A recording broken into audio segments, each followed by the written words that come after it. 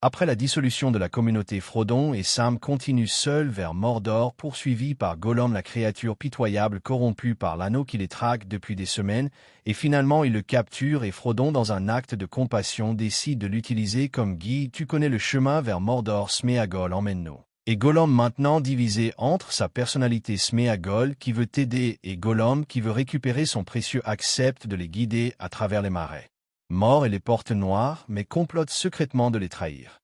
Pendant ce temps, Merry et Pippin, capturés par les Uruk-hai de Saruman, sont emmenés vers Isengard, mais en chemin l'armée d'Uruk-hai est attaquée par les Rohirrim, les cavaliers de Rohan menés par Éomer qui massacrent les Uruk-hai, et dans le chaos, Merry et Pippin s'échappent dans la forêt de Fangorn, où ils rencontrent Sylvebarbe, un ENT, un arbre berger ancien qui, d'abord méfiant, finit par les écouter quand ils parlent de la destruction de la forêt par Saruman, et Sylvebarbe convoque un Entmoot, une réunion de tous les ans pour décider s'ils doivent entrer en guerre.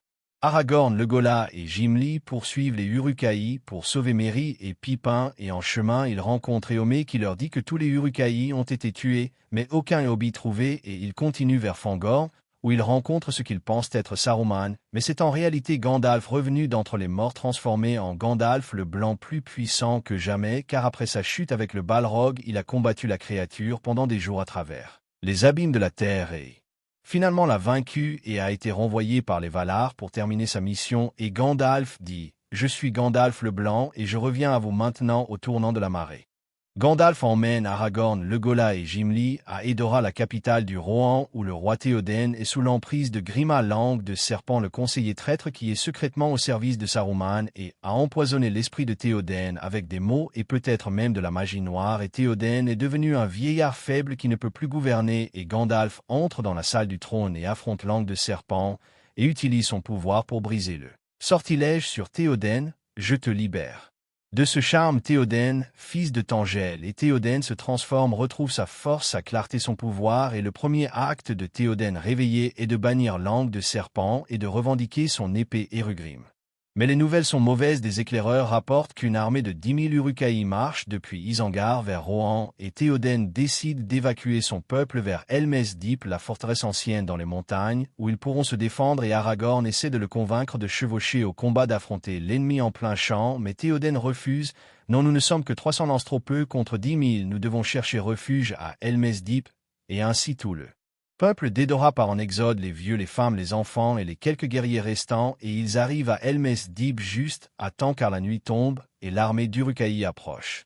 À Helm's Deep, les préparatifs de défense commencent, les murs sont renforcés, les armes distribuées, même les jeunes garçons et les vieillards reçoivent des épées et des arcs car ils n'ont pas assez de guerriers, et Aragorn, Legolas et Gimli prennent position sur les murs, et Théoden regarde son peuple et réalise l'horreur de la situation. « Comment en sommes-nous arrivés là? Comment ai-je laissé mon royaume devenir si faible ?» Et Aragorn essaie de le rassurer. « C'était Saruman, pas vous-même maintenant.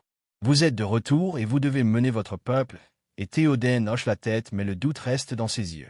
Et alors la nuit tombe et les tambours commencent à résonner, et de l'obscurité émerge l'armée de Saruman, 10 000 Uruk-hai en rang parfait, portant des torches, des pics, des épées et des échelles, et c'est une marée sombre de créatures de guerre créées pour un seul but, la destruction, et les défenseurs de Helm's Deep regardent horrifiés car ils ne sont que 300 guerriers contre 10 000, et Gimli essaie de plaisanter « Et vous pouviez amener plus de nains cousins de la montagne. » Mais même lui semble nerveux, et Legolas vérifie ses flèches et dit calmement « Je compte déjà 42, commençant leur compétition de qui tue le plus d'orques, mais le ton est sombre, pas joyeux. » Le siège commence, des flèches pleuvent, des échelles sont posées contre les murs, les Uruk-hai grimpent et sont repoussés, et Aragorn et les défenseurs combattent désespérément, et puis vient le moment terrible, les Uruk-hai amènent une bombe explosive créée par Saruman, une charge qui sera placée contre le mur faible dans les égouts, et Aragorn essaie de l'arrêter mais ne peut pas, et l'explosion déchire le mur et un trou béant s'ouvre et les Uruk-hai se déversent à l'intérieur. Et maintenant la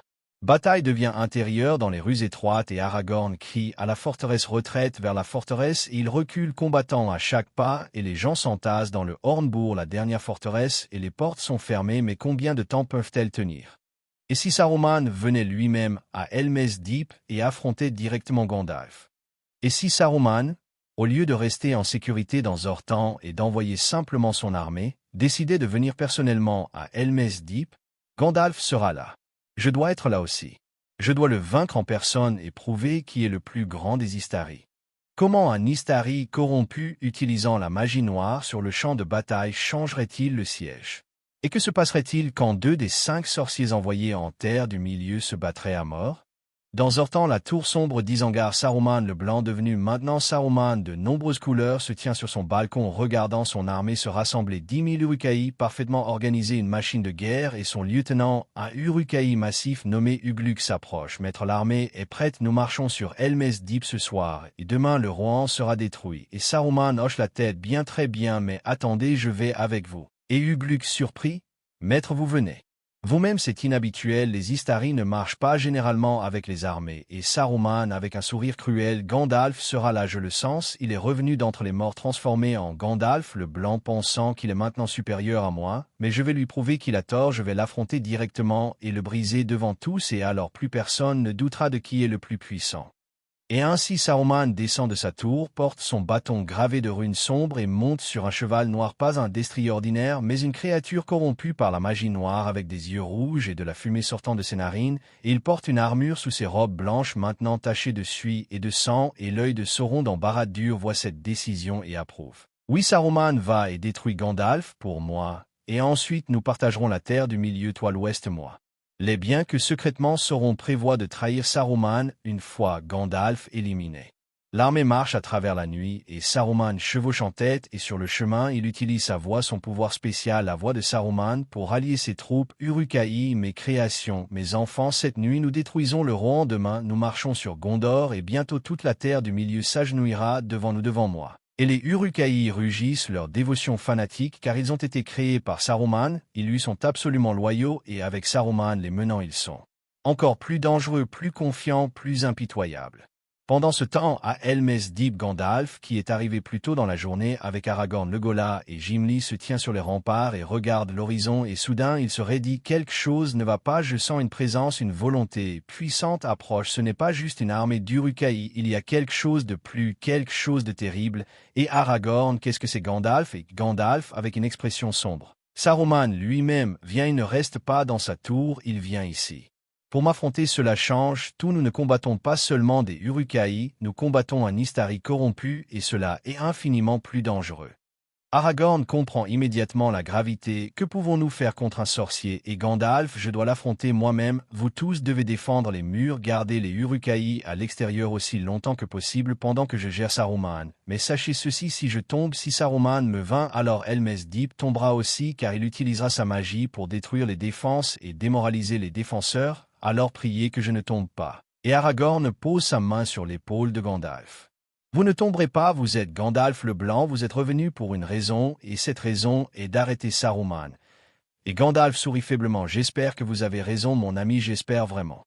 L'armée d'Uruk-hai arrive à Helm's Deep et au lieu de simplement charger comme dans la version originale, ils s'arrêtent à une distance respectable et forment des rangs parfaits, et puis de leur centre émerge une figure sur un cheval noir vêtu de blanc souillé, portant un bâton qui brille d'une lumière malade, et les défenseurs sur les murs murmurent « Qui est-ce, qu'est-ce que c'est ?» Et Gandalf crie d'une voix qui résonne. C'est Saruman le traître l'Istari tombé, ne le regardez pas dans les yeux, ne l'écoutez pas, il a le pouvoir de la voix de corrompre les esprits, et les hommes de Rohan nerveux détournent le regard mais ne peuvent s'empêcher de jeter des coups d'œil.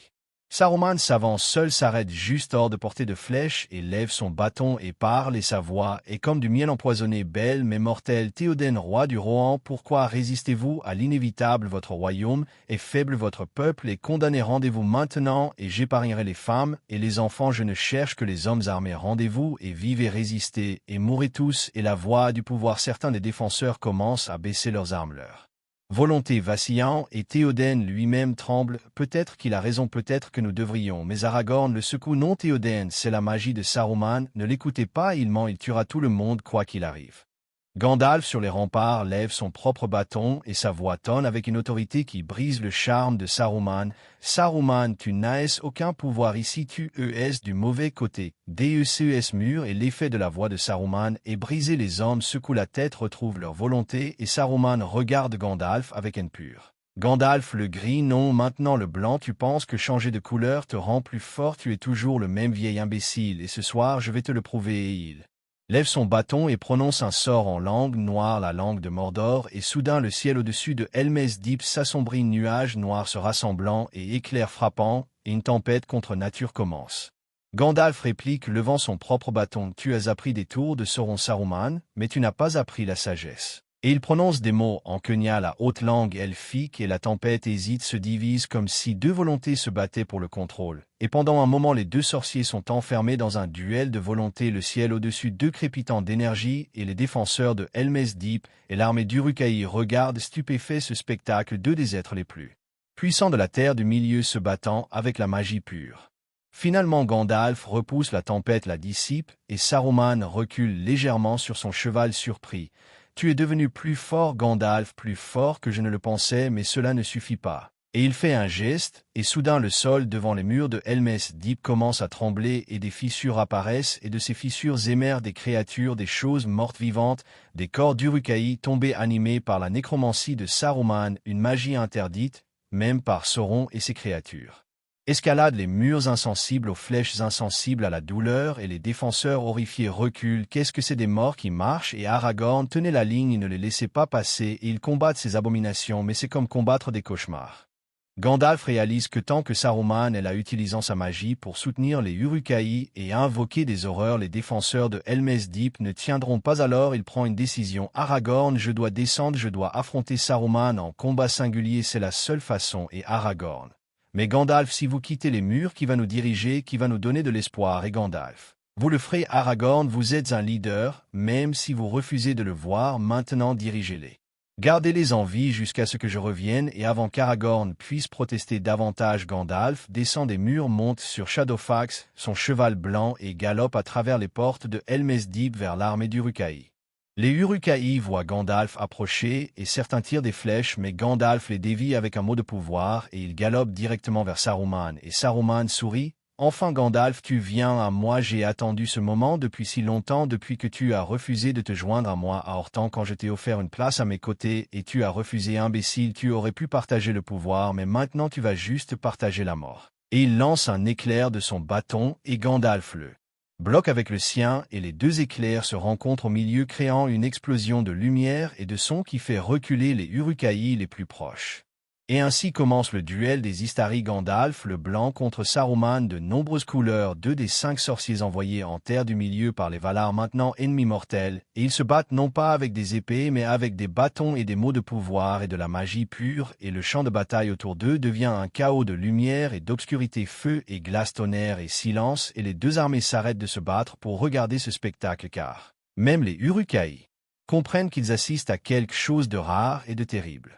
Saruman invoque des flammes noires qui brûlent sans chaleur mais consument l'esprit sans la flamme d'Udin. Gandalf, la même flamme que le Balrog, et Gandalf réplique « Je connais cette flamme, je l'ai combattue dans les profondeurs et je l'ai vaincue. Tu n'es pas un Balrog, Saruman, tu n'es qu'un vieil homme corrompu. » Et il invoque la flamme d'Anor, la lumière blanche pure qui repousse les flammes noires, et Saruman recule ses robes fumantes. Tu as grandi en pouvoir, Gandalf, mais je connais des secrets que tu ne connais pas, des secrets que m'a enseigné Sauron. Et il prononce un mot en langue noire, et soudain l'obscurité se rassemble autour de Gandalf, tentant de l'étouffer, de le consommer. Gandalf lutte contre l'obscurité. Tu as vendu ton âme, Saruman, tu as trahi tout ce pourquoi nous avons été envoyés. Nous étions censés guider les peuples libres, pas les asservir. Et Saruman rit, guider, quelle blague, nous sommes des maillards, nous sommes au-dessus des mortels, pourquoi devrions-nous les servir? Ils devraient nous servir, et c'est ce que Sauron comprend, le pouvoir, le vrai pouvoir, et avec lui je vais gouverner. Et Gandalf, avec une voix pleine de tristesse. Alors tu es vraiment perdu, vieil ami, et je dois faire ce que je dois. Et il lève son bâton haut et crie, par la lumière d'Irandil, que l'obscurité soit bannie, et une lumière aveuglante explose de son bâton, repoussant l'obscurité de Saruman. Pendant que Gandalf et Saruman se battent sur le champ en dessous de Helm's Deep, la bataille sur les murs continue, et sans Gandalf pour diriger, les défenseurs commencent à perdre du terrain. Les Uruk-hai sont trop nombreux, trop forts, et les morts-vivants invoqués par Saruman ne peuvent être tués que par le feu. Alors Aragorn crie « Apportez des torchers, brûlez ces créatures, c'est la seule façon. » Et il commence à utiliser le feu, et cela fonctionne. Les morts-vivants s'effondrent quand ils sont brûlés, mais c'est lent et difficile. Le Gola tire flèche après flèche, ses mains sont un flou et Gimli avec sa hache coupe et leur compétition continue mais maintenant c'est Grim 17 dit Gimli 19 répond le Gola mais ni l'un ni l'autre ne sourit car ils voient autour d'eux les hommes de Rohan tomber un par un et Aragorn se bat comme un démon Anduril l'épée qui fut brisée maintenant reforgée brille dans sa main et il crie pour le Rohan pour Théoden tenez la ligne. Et les hommes se rallient autour de lui car il est comme un phare d'espoir dans l'obscurité. Mais alors vient le moment terrible, les Uruk-hai amènent la charge explosive et la placent contre le mur et Aragorn essaie de l'arrêter mais ne peut pas atteindre à temps et l'explosion déchire le mur et un trou béant s'ouvre et les Uruk-hai se déversent à l'intérieur et Aragorn crie « Retraite vers la forteresse retraite ». Et il recule combattant à chaque pas et les gens s'entassent dans le Hornbourg et les portes sont fermées, mais combien de temps peuvent-elles tenir et Théoden regarde autour de lui et voit son peuple terrifié les guerriers épuisés, et il dit à Aragorn, « Nous ne pouvons pas gagner combien de temps pouvons-nous tenir ?» Et Aragorn jusqu'à ce que Gandalf gagne son combat, ou jusqu'à ce que nous mourions en essayant, il n'y a pas d'autre choix. Et à l'extérieur, le duel entre Gandalf et Saruman atteint son apogée. Saruman est fatigué, son visage pâle, sa respiration lourde, car maintenir tant de magie nécromancie et attaque simultanée draine même un Istari, et Gandalf voit cela, et sait que c'est le moment de frapper, alors il lève son bâton une dernière fois et crie. Saruman, ta chute était annoncée depuis longtemps, depuis que tu as regardé dans le Palantir et que tu as été corrompu par Sauron, tu es devenu son esclave même si tu refuses de le voir, maintenant je te libère de ton esclavage, et il frappe son bâton contre le sol et une onde de choc de lumière pure se propage. L'onde frappe Saruman et le soulève de son cheval et le jette à terre, et son bâton vole de sa main atterrit plusieurs mètres plus loin, et Saruman essaie de ramper vers lui, mais Gandalf est plus rapide galope vers lui descend de Shadowfax et se tient au-dessus de Saruman, et Saruman lève les yeux avec haine et peur mélangée. Vas-y tue-moi Gandalf, prouve que tu es aussi impitoyable que moi, et Gandalf regarde tristement. Non Saruman, je ne te tuerai pas, ce serait trop facile pour toi oh. Lieu de cela, je te prends ton pouvoir, et il lève son bâton et prononce des mots en langue ancienne, et la lumière coule de son bâton dans Saruman, et Saruman hurle, non pas mon pouvoir, mais c'est trop tard. Le pouvoir de Saruman est aspiré, brisé, dispersé, et quand c'est fini Saruman est juste un vieil homme, ses robes en lambeaux, ses cheveux blancs maintenant gris terne, et ses yeux autrefois brillants de malice maintenant éteints et vides. Et Gandalf dit, tu vivras Saruman, mais comme un mortel sans pouvoir, sans magie, et tu verras le monde que tu as essayé de détruire prospérer sans toi, c'est ta punition. Et Saruman pleure, car pour un Maya, pour un être de pouvoir, perdre ce pouvoir est pire que la mort. Et avec la chute de Saruman, les morts-vivants s'effondrent instantanément, retournant à l'immobilité, et les Uruk-hai soudainement perdent leur coordination, leur férocité fanatique, car ils étaient liés à la volonté de Saruman, et sans lui ils sont confus, effrayés, et Gandalf se tourne vers eux et crie avec une voix qui rivalise avec celle de Saruman, mais remplie de lumière, pas d'obscurité, Uruk-hai, votre maître est tombé, fuyez maintenant ou périssez. Et les Uruk-hai regardent Saruman brisé à terre et la peur les prend et ils commencent à courir, à fuir le champ de bataille, se dispersant dans toutes les directions. Les défenseurs de Helm's Deep voient l'armée d'Uruk-hai fuir et pendant un moment ils ne peuvent pas croire et puis quelqu'un crie « Il fuit les Uruk-hai, fuit, nous avons gagné » et un rugissement de triomphe s'élève des murs et Théoden sort du Hornbourg, son épée levée. Rohirrim sortez et pourchassez-les, ne les laissez pas s'échapper. Et les portes s'ouvrent et les cavaliers de Rohan chargent après les Uruk-hai en fuite les coupant et au même moment Éomer arrive de lait avec les Rohirrim qu'il a rassemblés et ensemble ils encerclent et détruisent les restes de l'armée de Saruman. Et Gandalf revient à Helm's Deep portant Saruman brisé devant lui sur Shadowfax, et quand il entre par les portes, les défenseurs le regardent avec admiration et respect. Gandalf a vaincu Saruman, le sorcier est tombé et Aragorn s'approche. Gandalf, vous avez réussi, vous l'avez arrêté. Et Gandalf descend de cheval fatigué. Oui, mais ce n'était pas sans coup, j'ai dû prendre son pouvoir, et cela m'a affaibli, je vais avoir besoin de repos, mais pour l'instant Helm's Deep est sauvé, et Saruman ne menace plus personne. Il jette Saruman au sol, et Saruman juste recroquevillé, pleurant misérable. Théoden regarde Saruman avec dégoût. Que devrions-nous faire de lui, le tuer? Et Gandalf, non, le garder prisonnier, qu'il voit le monde qu'il a essayé de détruire prospérer, qu'il voit Sauron tomber. Sans lui, c'est une punition pire que la mort pour quelqu'un comme lui. Et ainsi Saruman est emprisonné dans Helm's Deep, gardé dans une cellule profonde, et les jours suivants sont remplis de deuil pour les morts et de soins pour les blessés, mais aussi de célébrations car ils ont survécu à l'impossible. Mais Gandalf sait que même si Saruman est tombé, la guerre est loin d'être terminée, Sauron est toujours là, et maintenant il saura que Saruman a échoué, il enverra ses propres armées de Mordor contre Gondor, nous devons nous préparer la vraie bataille. Viens et Théoden, que suggérez-vous Gandalf et Gandalf? Nous devons rassembler toutes nos forces, Rohan doit se joindre à Gondor, les elfes doivent être appelés, et nous devons espérer que Frodon réussisse sa mission, car sans la destruction de l'anneau nous ne pouvons que retarder notre défaite, pas l'empêcher. Et pendant ce temps, dans les ruines d'Isengard, les emmenés par Sylvebarbe ont envahi et détruit la forteresse, noyant les feux sous les eaux et libérant la forêt. Et quand des messagers de Helm's Deep arrivent, ils trouvent Isengard en ruine, et Sylvebarbe dit « Saruman est parti, alors nous avons fait notre part, la forêt est vengée, et ainsi la menace de Saruman est complètement éliminée, son armée détruite, sa forteresse démolie, et lui-même brisé et emprisonné. » Mais la chute de Saruman a des conséquences imprévues, car Sauron, qui comptait sur Saruman pour diviser les forces des peuples libres, est maintenant furieux. Imbécile de Saruman, il a échoué. Maintenant je dois accélérer mes plans, je dois frapper Gondor maintenant avant qu'il puisse se préparer. Et il ordonne à ses armées de Mordor de marcher immédiatement, et ainsi, bien que Helm's Deep soit sauvé, la guerre s'accélère et devient plus désespérée, car Sauron lui-même prend désormais le contrôle total. Des semaines plus tard, après que les blessures de Helm's Deep soient soignées et que les morts soient enterrés, Gandalf, Aragorn, Legolas et Gimli partent pour Gondor, car les nouvelles sont venues que Minas Tirith est assiégée et ils doivent aller aider. Et avant de partir, Gandalf va voir Saruman dans sa cellule. Et Saruman lève les yeux avec des yeux vides. « Pourquoi es-tu venu, Gandalf, te moquer de moi ?» Et Gandalf: « Non, Saruman, je suis venu te demander pourquoi as-tu choisi ce chemin? Tu étais le plus sage de nous, le chef de l'Ordre Blanc, comment as-tu pu tomber si bas ?»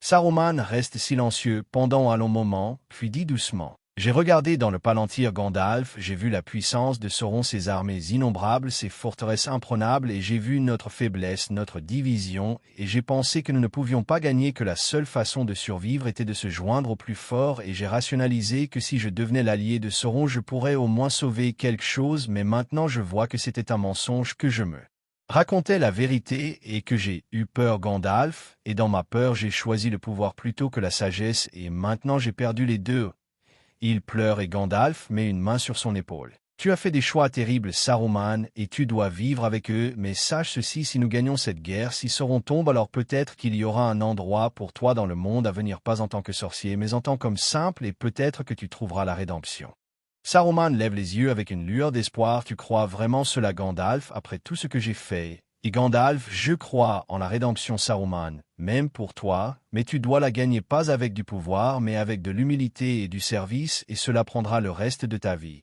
Et Saruman hoche la tête lentement. « Alors si vous gagnez, si Sauron tombe, je chercherai cette rédemption, je le jure. » Et Gandalf: « Bien alors qu'il en soit ainsi. » Et il part, laissant Saruman dans sa cellule à réfléchir sur son destin.